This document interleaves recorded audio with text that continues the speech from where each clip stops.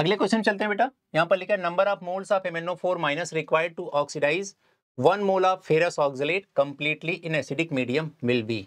बहुत आसान है। अभी पिछले जहां बैलेंसिंग सिखाई थी यही सिखाया था आपको।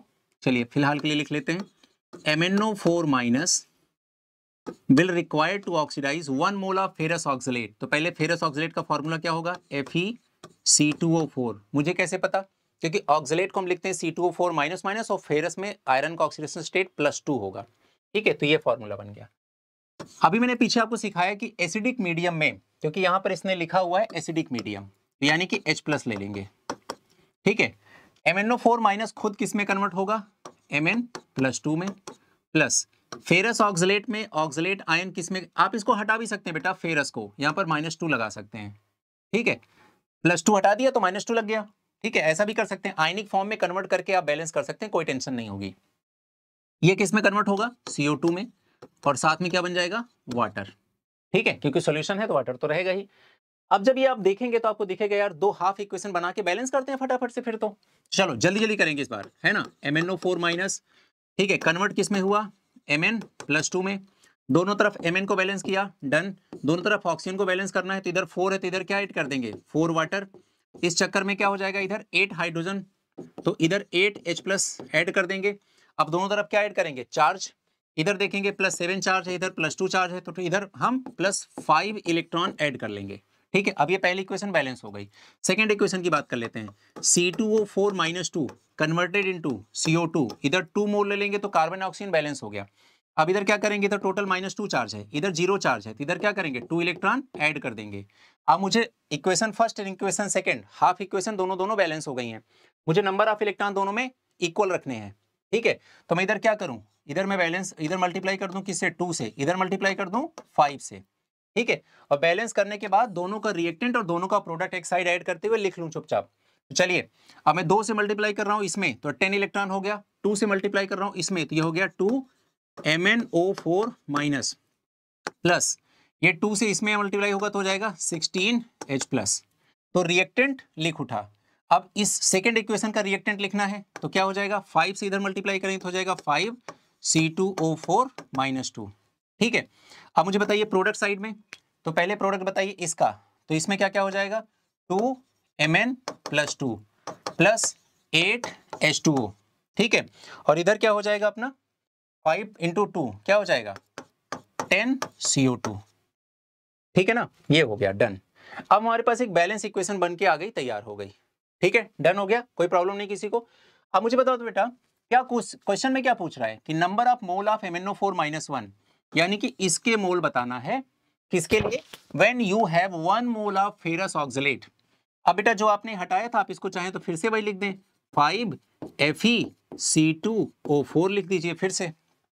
तो मुझे बात बताओ बेटा कि इसके 2 मोल के लिए इसके 5 मोल चाहिए, या ऐसे बोलो इसके 5 मोल के लिए इसके 2 मोल चाहिए। तो लिख लो 5 मोल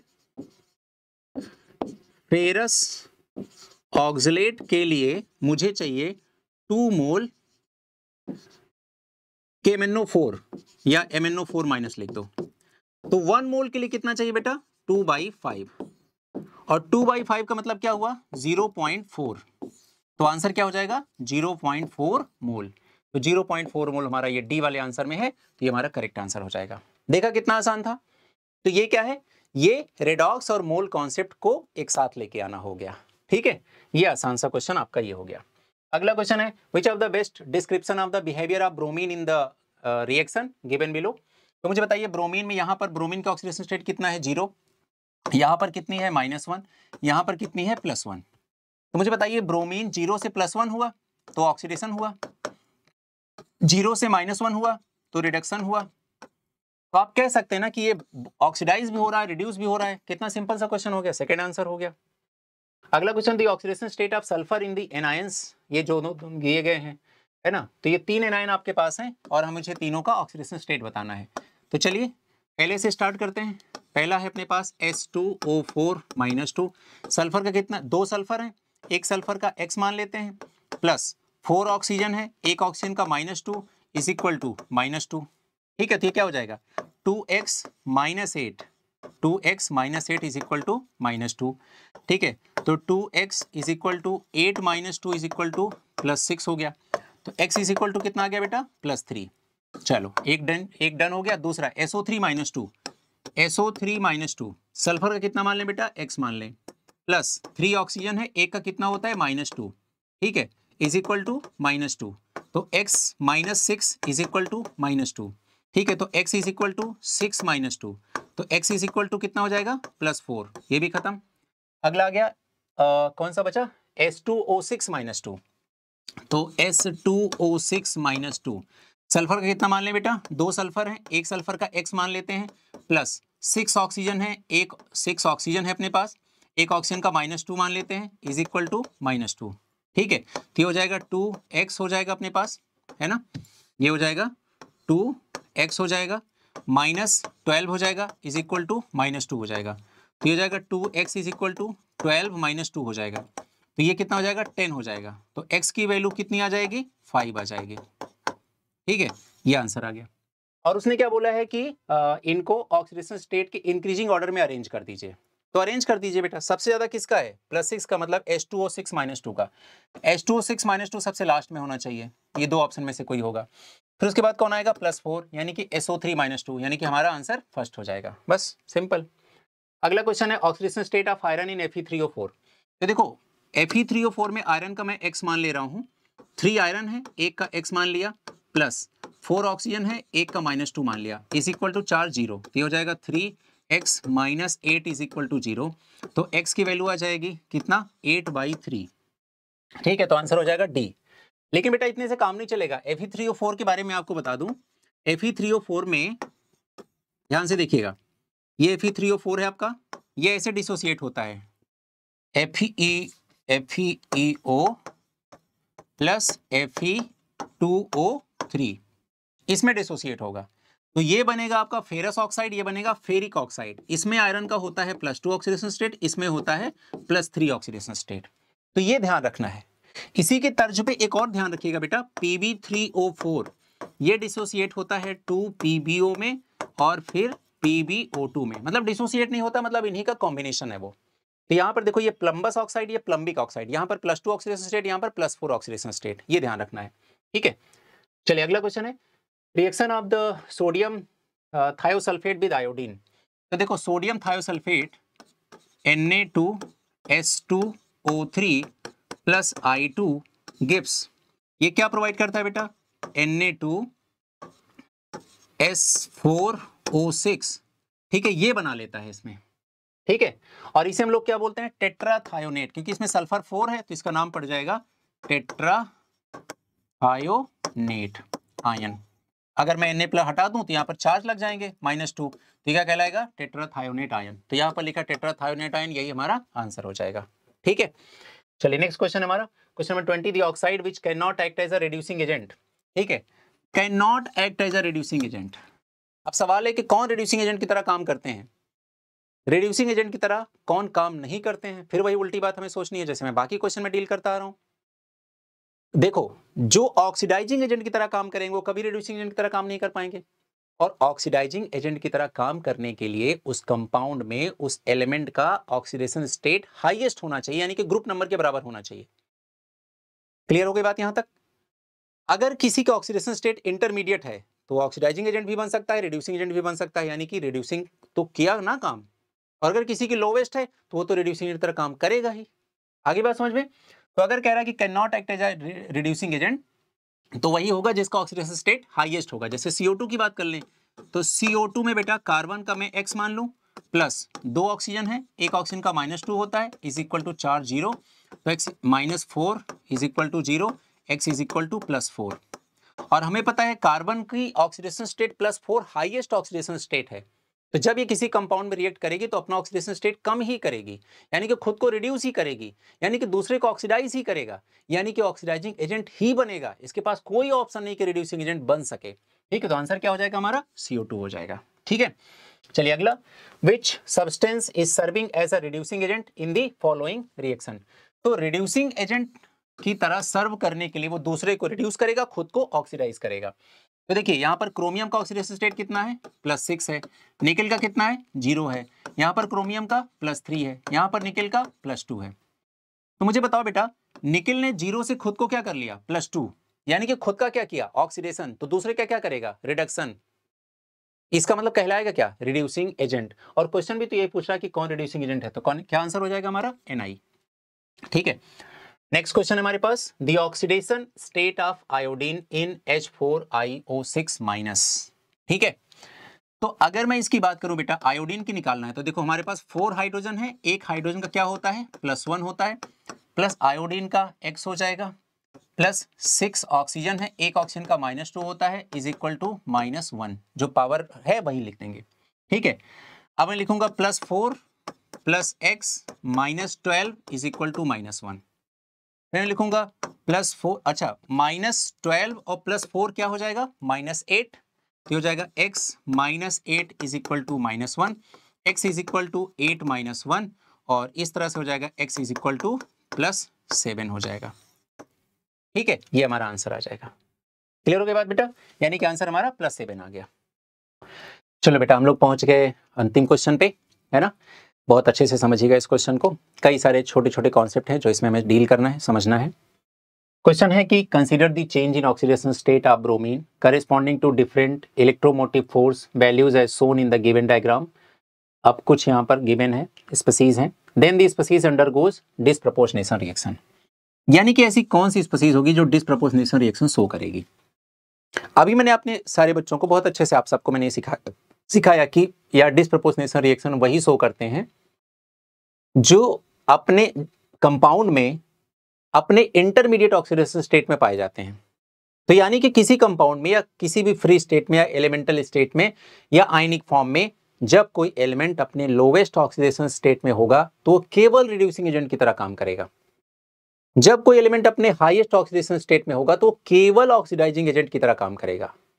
बात आ गई समझ में। ये दोनों के दोनों क्या होंगे, कभी भी मतलब डिसप्रपोर्शनेशन रिएक्शन शो नहीं करेंगे। डिसप्रपोर्शनेशन रिएक्शन वही शो करेगा जो इंटरमीडिएट ऑक्सीडेशन स्टेट में प्रेजेंट होगा। तो जब ये ऑप्शन दिए गए बेटा, तो मैं पहले तो कुछ ऑप्शन बोलूंगा, ये ऑप्शन तो बिल्कुल नहीं होगा, ये ऑप्शन तो बिल्कुल नहीं होगा। क्यों नहीं होगा भाई, क्योंकि यहां पर ब्रोमीन की ऑक्सीडेशन स्टेट +7 आ रही है, यहां पर ब्रोमीन की ऑक्सीडेशन स्टेट -1 आ रही है, यानी कि वहां पर हाईएस्ट आ रही है, यहां पर लोवेस्ट आ रही है, यानी वो ऑक्सीडाइजिंग एजेंट है, ये रिड्यूसिंग एजेंट है, यानी कि दोनों डिसप्रपोर्शनेशन नहीं करेंगे, यानी कि मेरा आंसर इनमें छुपा हुआ है, इनमें। आगे बात समझ में, तो मैं यहां से कट कर दूंगा कि भाई ये आंसर नहीं है, एक आंसर तो गया हमारा, हमारे पास ये ऑप्शन बचे हुए हैं।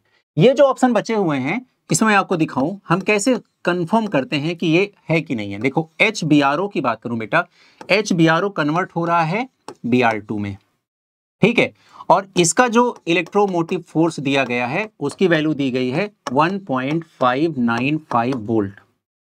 फिर उसके बाद दूसरा अपने पास है, देखो HBRO, अगर मैं इस रिएक्शन को रिवर्स साइड में पढ़ूं तो HBRO किस में कन्वर्ट हो गया, BrO3-1 में कन्वर्ट हो गया, और यहां पर इसका इलेक्ट्रोमोटिव फोर्स कितना है, -1.5 वोल्ट हो गया। क्यों, देखो BrO3 माइनस से HBRO बनेगा तो 1.5 है, अगर मैं रिवर्स रिएक्शन की बात करूं तो EMF की वैल्यू भी साइन वाइज चेंज हो जाएगी, तो -1 हो गया। अब मैं अगर इस रिएक्शन को ऐड कर लूं तो ये हो जाएगा 2HBRO gives Br2 plus BrO3 minus, और जैसे हम इनको ऐड कर रहे हैं वैसे इनको भी ऐड कर लेंगे, तो यहां पर वैल्यू क्या आ जाएगी, इतने से ये माइनस हो जाएगा बेटा, तो आंसर क्या आ जाएगा हमारा, अब हमारा जो इलेक्ट्रोमोटिव फोर्स आएगा वो आ जाएगा 0.095 वोल्ट, और किस में आएगा बेटा, पॉजिटिव में आंसर आएगा। अब ये जो रिएक्शन आई है इसका EMF पॉजिटिव में आ रहा है।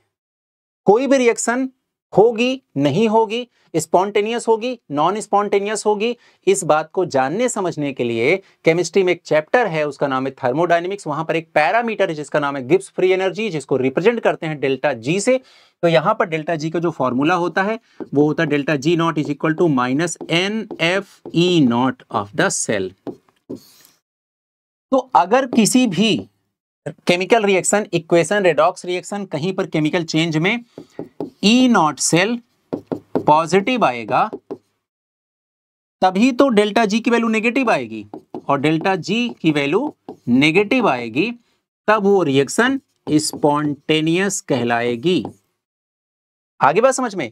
तो चूंकि बेटा इस वाले सेल का ईएमएफ की वैल्यू पॉजिटिव आई है, तो अगर मैं पॉजिटिव वैल्यू यहां रखूंगा तो ये ओवरऑल वैल्यू डेल्टा जी की नेगेटिव आएगी, और डेल्टा जी की नेगेटिव वैल्यू ये अपने आप में इंडिकेट करती है, चीख चीख कर कहती है कि रिएक्शन स्पॉन्टेनियस है, यानी कि हो जाएगी। और जब मैं इस इक्वेशन को देखता हूं तो मैं पाता हूं बेटा कि HBRO में यहां पर आप देखेंगे तो ऑक्सीडेशन स्टेट कितना हो गया, +5 हो गया। ठीक है, यहां पर ऑक्सीजन स्टेट +5 हो गया, +5, यहां पर 0 हो गया, यहां पर +1 है। तो +1 से 0 मतलब क्या हो गया बेटा, डिक्रीज, और +1 से +5 क्या हो गया, इंक्रीज, यानी कि यहां पर HBRO डिस्प्रपोर्शनेशन रिएक्शन शो कर रहा है। फिर आपने ये कह सकते हैं कि इस तरह से तो Br3- भी सोचा जाना चाहिए, Br2 सोचा जाना चाहिए। मैं कहूंगा हाँ बिल्कुल सोचा जाना चाहिए। तो आप सोचिए और सोच के ऐसे इक्वेशन बनाइए कि Br2 एक बार इसमें कन्वर्ट हो रहा है, एक बार इसमें कन्वर्ट हो रहा है, और फिर दो इक्वेशन बना के और फिर उनकी ईएमएफ, फाइनल ईएमएफ निकाल लीजिए, ईएमएफ की वैल्यू देख लीजिए, अपने आप आपको समझ में आ जाएगा भैया और कहीं स्पॉन्टेनियस मिलने की संभावना नहीं है। ठीक है, तो इस तरह से आपका आंसर क्या हो जाएगा बेटा, HBRO आपका आंसर हो जाएगा। HBRO डी ऑप्शन में है, तो हमारा आंसर डी हो जाएगा। क्लियर हो गई बात बेटा सबको, अच्छे समझ में आ गया? ठीक है, तो हमारा रेडॉक्स का जो प्रीवियस ईयर क्वेश्चन, नीट के सारे जितने क्वेश्चन थे वो हमने बहुत अच्छे से कंप्लीट कर लिया। अगर आपने ये सारे क्वेश्चन साथ में मेरे डिस्कस किए हैं, समझे हैं, तो आपको दिखा होगा कि हर एक क्वेश्चन में हमने एक्स्ट्रा एफर्ट डाला है, हर एक क्वेश्चन को हमने स्पेशल बनाने की कोशिश की है, हर एक क्वेश्चन मैंने आपको कॉन्सेप्ट सिखाने की कोशिश की है, और हर एक क्वेश्चन से जो भी सिमिलर क्वेश्चन और बन सकते हैं उनके बारे में भी सेम टाइम पे डील करने की कोशिश की है। ऐसे ही हमारे प्रीवियस ईयर क्वेश्चन सीरीज के साथ जुड़ते जाएं। प्रीवियस ईयर क्वेश्चन सीरीज आपको केमिस्ट्री में कहीं अलग लेवल पे पहुंचा देने वाली होगी। ठीक है, ये बात आप हमेशा ध्यान रखें। ठीक है, तो आज की ये जो क्लास थी यहीं पर कंप्लीट होती है। फिर से हम एक नए वीडियो में मिलेंगे, एक नए चैप्टर के प्रीवियस ईयर क्वेश्चन के साथ। बाकी अपना जो सब्जेक्टिव वाला चल रहा है पैरेलली आप उसको देखते रहिए, है ना। स्ट्रक्चर ऑफ एटम को या बाकी जितने भी चैप्टर, उसको बहुत छोटे छोटे पार्ट में हम डिवाइड करके वीडियोस आपके लिए प्रोवाइड कर रहे हैं, ताकि आपको जिस पर्टिकुलर टॉपिक में प्रॉब्लम हो आप वही एग्जैक्ट वीडियो देख करके अपने डाउट को सॉल्व कर सकते हैं। ठीक है, चलिए बेटा, वक्त आ गया आपसे विदा लेने का। मिलते हैं छोटे से ब्रेक के बाद, यानी कि अगले वीडियो में। तब तक खुश रहिए, मुस्कुराते रहिए, अपनी स्टडीज करते रहिए, अपना ख्याल रखिए। थैंक यू बच्चों।